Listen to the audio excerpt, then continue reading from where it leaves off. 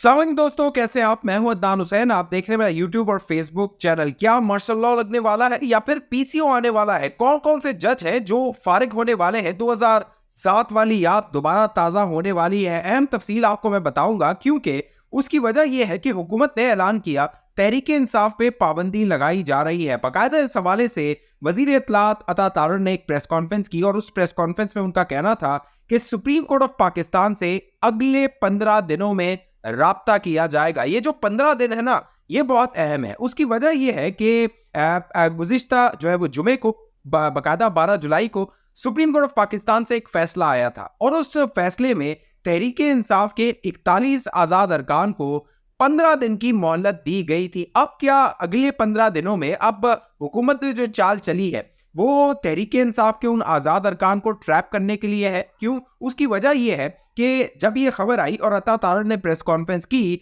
तो एक हुकूमत की अहम शख्सियत से मैंने राब्ता किया। मैंने उससे समझने की कोशिश की कि आखिर जो हुकूमत है उसने ये ऐलान क्यों किया है। उसकी वजह यह है कि जो हुकूमत के मुख्तलिफ इत्तेहादी हैं वो इस हवाले से ला ताल्लुकी का इजहार कर रहे थे। वो बाकायदा पीपल्स पार्टी सामने आ गई, शाजिया मरी आ गई, शीरी रहमान आ गई। उन्होंने कहा कि हमसे पूछा नहीं गया, हमें बताया नहीं गया और ये जो पाबंदी वाला मामला है इस पे हम हुकूमत के साथ नहीं है। फिर एमक्यूएम सामने आई, एमक्यूएम की जानिब से भी बयान आया और कहा गया कि इस हवाले से हमें नहीं एतबार में लिया गया। लेकिन जो अता तारड़ वजीर इत्तलात है वो जिस तरह प्रेस कॉन्फ्रेंस कर रहे थे वो तासुर ये दे रहे थे कि जो हुक्मरान इत्तेहादी हैं वो सब ऑन बोर्ड है, एस्टेब्लिशमेंट ऑन बोर्ड है, नवाज शरीफ ऑन बोर्ड है, शहबाज शरीफ ऑन बोर्ड है, यानी सब स्टेक होल्डर से मशावरत कर ली गई है।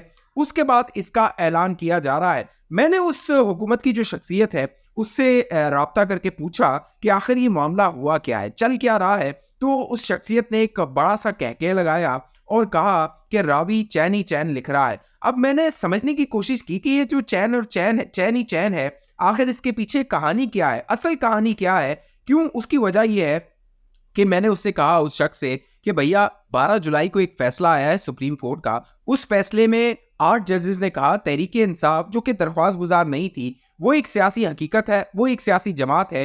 वो सुप्रीम कोर्ट ऑफ पाकिस्तान जो तहरीक इंसाफ को कह रही है कि वो एक सियासी जमात है, आप उसी सियासी जमात के खिलाफ सुप्रीम कोर्ट ऑफ पाकिस्तान में एक रेफरेंस दायर करने का ऐलान कर रहे हैं और 15 दिन की मोहलत दे रहे हैं। तो उस शख्स ने फोन पे मुझे क्या कहा, व्हाट्सएप पे था, आपको पता है इनक्रिप्टेड कॉल्स होती है तो वो कैच नहीं हो पाती। हालांकि अब तो इख्तियार मिल गया है फोन सुनने का, पता नहीं वो कॉल सुनी है कि नहीं सुनी किसी ने, ताकतवर हल्कों ने। तो उस शख्स का कहना था कि 15 दिन जो है ना इसी में कैच है। 15 दिन की जो डेडलाइन दी गई है, अता तारड़ से कहा गया अगले 15 दिन में हम राब्ता करेंगे सुप्रीम कोर्ट ऑफ पाकिस्तान से। और जो 41 आज़ाद अरकान हैं उनको भी 15 दिन की मोहलत दी गई है। अब ये जो हुकूमत है उसने एक कह लीजिए ब्लफ खेला है। ब्लफ इस तरह खेला है कि अता तारड़ ने ऐलान किया कि भैया वो जो आज़ाद 41 अरकान है वो अगले 15 दिन में फैसला कर लें। उन्होंने तहरीक इंसाफ के साथ रहना है जिस पर पाबंदी लगने वाली है, सुप्रीम कोर्ट में रेफरेंस जाने वाला है, या फिर उसने आज़ाद हैसियत में रहना है, या फिर जो हुक्मरान इत्तेहादी पार्टियां हैं उनमें शामिल हो जाना है। अब जो गुज़िश्ता एक वीडियो मैंने की थी उस वीडियो में मैंने आपको बताया था मौजूदा जो हुक्मरान इत्तेहाद है उसको तकरीबन 15 सीटें दरकार है, उसकी 209 नशिस्तें हैं, उसे तकरीबन 224 नशिस्तें चाहिए 2/3 अक्सरियत के लिए, जिसके बाद आइन में तरमीम की जा सकती है। अब ये जो पूरा खेल खेला गया है तहरीक इंसाफ में पाबंदी का, क्योंकि वो मौजूदा हुक्मरान को पता है कि भैया सुप्रीम कोर्ट हमने जाना है तो इन जजेस ने तो पाबंदी नहीं लगानी, ये तो तहरीक इंसाफ को, इमरान खान को रिलीफ देने के जो है वो मूड में है, तो पाबंदी तो लगनी ही है। तो ये जो 41 मेंबरान है आज़ाद, इन पर ये जुआ खेला गया है, ये गैम्बल खेला गया है और एक ब्लफ किया गया है कि इनमें से ज़्यादा से ज़्यादा जो अरकान है वो अपनी तरफ खींचे जाए, उनको आज़ाद हैसियत में रखा जाए, या फिर उनको जो है वो अपनी पार्टियों में शामिल कर लिया जाए। क्यों? उसकी वजह यह है कि ये जो 41 अरकान है अब ये तज़्बुज़ुब में होंगे अगले 15 दिन तक कि आया इन्हें तहरीक इंसाफ के साथ रहना चाहिए। अगर तहरीक इंसाफ के साथ रहते हैं और उस पर पाबंदी लग जाती है तो हम तो डी नोटिफाई हो जाएंगे, हमारी जो रुकनीत है वो ख़त्म हो जाएगी, चाहे सूबाई की हो चाहे कौमी असम्बली की हो। लिहाजा हुकूमत ने ये चाल चली है। अब जब ये हुकूमत की जानिब से ऐलान किया गया तो मुख्तलिफ तज्ज़िये हो रहे थे कि किसी सियासी जमात पर पाबंदी नहीं लग सकती, सुप्रीम कोर्ट पाबंदी लगने नहीं देगी, माजी में मुख्तलिफ जमातों पर पाबंदी लगी है तो उसका नतीजा क्या हुआ है, ये मुख्तलिफ तज्ज़िये आपने सुने होंगे। लेकिन ये जो एंगल है, ये जो उस हुकूमत की जो ताकतवर शख्सियत है उसने मुझे बताया, तो मुझे समझ आने लगी कि हाँ, आखिर इसके पीछे कहानी क्या है, उसकी वजह क्या है।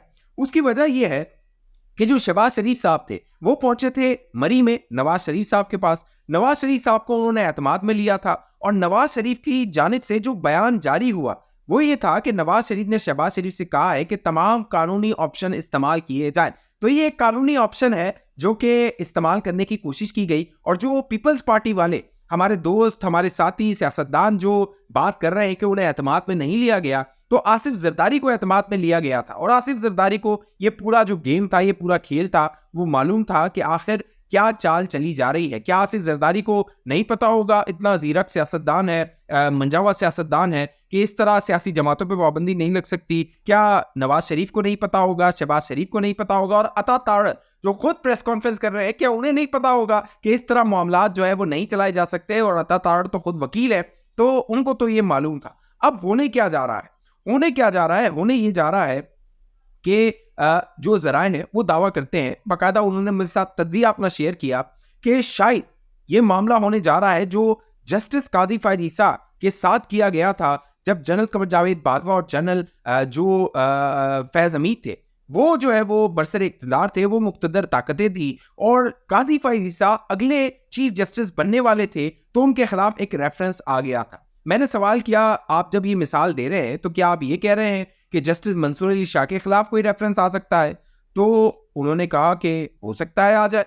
उसकी वजह क्या है? उसकी वजह ये बताई गई कि जो 12 जुलाई का फैसला है 8 जजेस का, उसमें आइन को रीराइट किया गया है। यानी आइन में 3 दिन है तो 15 दिन दे दिए गए हैं। फिर जो तहरीक इंसाफ है वो दरख्वास्त गुजार रही थी, तो तहरीक इंसाफ को बिन मांगे रिलीफ दे दिया गया है। तो इस तरह की कई ऐसी खामियां हैं जिसको बुनियाद बनाकर सुप्रीम जुडिशल काउंसिल में अगले जो चीफ जस्टिस है, जस्टिस मंसूर अली शाह, उनके खिलाफ रेफरेंस दायर किया जा सकता है। और अगर ये इकदाम हुआ, मुझे इसके कम इम्कानात नजर आते हैं, क्योंकि मुख्तसर हल्के तो इस नहज तक जा सकते हैं, लेकिन जो सियासी जमातें हैं शायद वो इस नहज तक ना जाए। क्यों? उसकी वजह यह है कि जब काजी फ़ायद ईसा के खिलाफ रेफरेंस किया गया तो इमरान खान बाद में कहता रहता था कि हमसे वो गलती हो गई, हमें वो नहीं करना चाहिए था, हम तो मुख्तदर हल्के जो थे उनके कहवे में, उनके जो है वो कहने पे आ गए थे। तो क्या मुख्तदर हल्कों की इस्टेब्लिशमेंट की दोबारा ये सोच होगी कि वो जो पुरानी हिकमत अमली थी दोबारा उसको दोहराया जाए? और जस्टिस मंसूर अली शाह जो अगले चीफ जस्टिस बनने वाले हैं अक्टूबर 2024 में, उनका रास्ता रोका जाए। ये बड़ा एक गैम्बल होगा और एक बड़ी चाल होगी। इस पूरी चाल में, इस पूरे सिनेरियो में जो आसिफ अली जरदारी है, मैंने जैसे कहा वो एक गाग सियासतदान है। पीपल्स पार्टी ये जो खेल रही है ना खेल, कि पीपल्स पार्टी की शीरी रहमान आके कह रही हैं कि बजट में भी हमें एतमाद में नहीं लिया गया, पाबंदी पर भी हमें एतमाद में नहीं लिया गया, और जो हुकूमत है उसको अपना रवैया दुरुस्त करना होगा, अवाम जो है वो महंगाई से तंग हो गई है। ये जो खेल है, गुड कॉम बैड कॉम, यानी आसिफ जरदारी एतमाद में है, लूप में है, एस्टेब्लिशमेंट के साथ लूप में है, जो पार्टी की निचली जो है वो लीडरशिप है वो आके हुकूमत के खिलाफ बयानबाजी कर रही है। और आसिफ जरदारी ने क्या किया था जब हुकूमत बन रही थी? तमाम आईनी ओहदे रख लिए थे अपने पास, और काबीना में कहा था हम शामिल नहीं होंगे। शहबाज शरीफ हुकूमत चला रहे, हम काबीना में शामिल नहीं होंगे।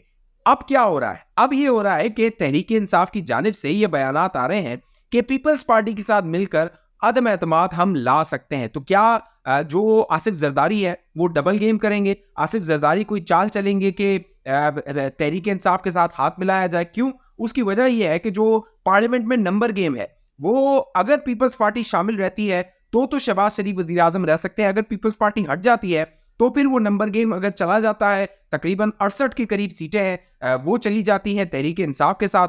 उनको अगर वो मखसूस रिश्ते मिल जाएंगी, जो कि सबसे बड़ी पार्टी है, तकरीबन वो 160 के करीब पहुंच जाएंगी, तो वो जो है वो उनको नंबर मिल जाता है, 130 के करीब है, ये देखना पड़ेगा। तो फिर वो अगर इस पोजीशन में आ जाती है कि वो हुकूमत बनाए पीपल्स पार्टी के साथ मिलके, तो फिर एक नया मामला हो सकता है। अब देखना यह है कि जो इस्टेब्लिशमेंट है जिसने सब कुछ अपना दांव पे लगा दिया था, बाकायदा मुल्क में जो सियासी इंतशार है उसको कम करने के लिए, सियासी इस्तेहकाम लाने के लिए, मईशत को ट्रैक पे लाने के लिए, बाकायदा army chief general Asim Munir अपने बयानात दे चुके हैं, तकरीरें कर चुके हैं। तो अब देखना यह है कि जो इस्टेब्लिशमेंट है वो क्या हिकमत अमली अपनाती है। और अगर जस्टिस मंसूर अली शाह के खिलाफ रेफरेंस आया तो वही होगा जो माजी में हुआ, वो भी बैकफायर करेगा और एस्टेब्लिशमेंट जो है उसको इस हद तक नहीं जाना चाहिए। अभी जो 15 दिन वाली कहानी है देखना यह है कि जो 41 मेंबरान है तहरीक इंसाफ के, ये जो अब गैम्बल खेला गया है, एक जुआ खेला गया है हुकूमत की जानिब से, कितने अरकान 41 में से जो है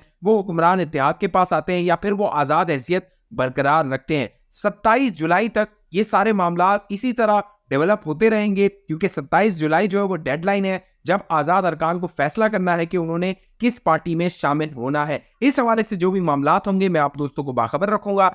सियासी मामलात में दिलचस्पी रखते हैं, जरूर इस चैनल को सब्सक्राइब कीजिए, साथ घंटी का निशान है वो दबाइए और ऑल का नोटिफिकेशन दबा दीजिए। वीडियो को लाइक कर दीजिए और नीचे ज्यादा से ज्यादा कमेंट कीजिए। आपकी सियासी ओपिनियन क्या है, सियासी राय क्या है, नीचे कमेंट करके बताइए। क्या आपको लग रहा है आसिफ जरदारी डबल गेम कर लेगा? क्या आपको लग रहा है 41 जो मेंबरान है तहरीक इंसाफ के, उनमें से कितने लोग जो है वो आजाद रहेंगे या फिर 41 के 41 जो है वो तहरीक इंसाफ के में शामिल हो जाएंगे और तहरीक इंसाफ एक बड़ी पार्टी पार्लियामेंट में बन जाएगी? और ये जो तहरीक इंसाफ में पाबंदी वाला मामला है, क्या आप समझते हैं पाबंदी लगेगी या नहीं लगेगी? नीचे कमेंट करके बताइए। साथ साथ जो फेसबुक पे देखने वाले दोस्त हैं वो भी पेज को लाइक कीजिए, वो भी नीचे कमेंट कीजिए और वीडियो को ज्यादा से ज्यादा शेयर कीजिए, वीडियो को भी लाइक कीजिए। अगली वीडियो तक मुझे इजाजत दीजिए, अपना ख्याल रखिएगा। पाकिस्तान जिंदाबाद।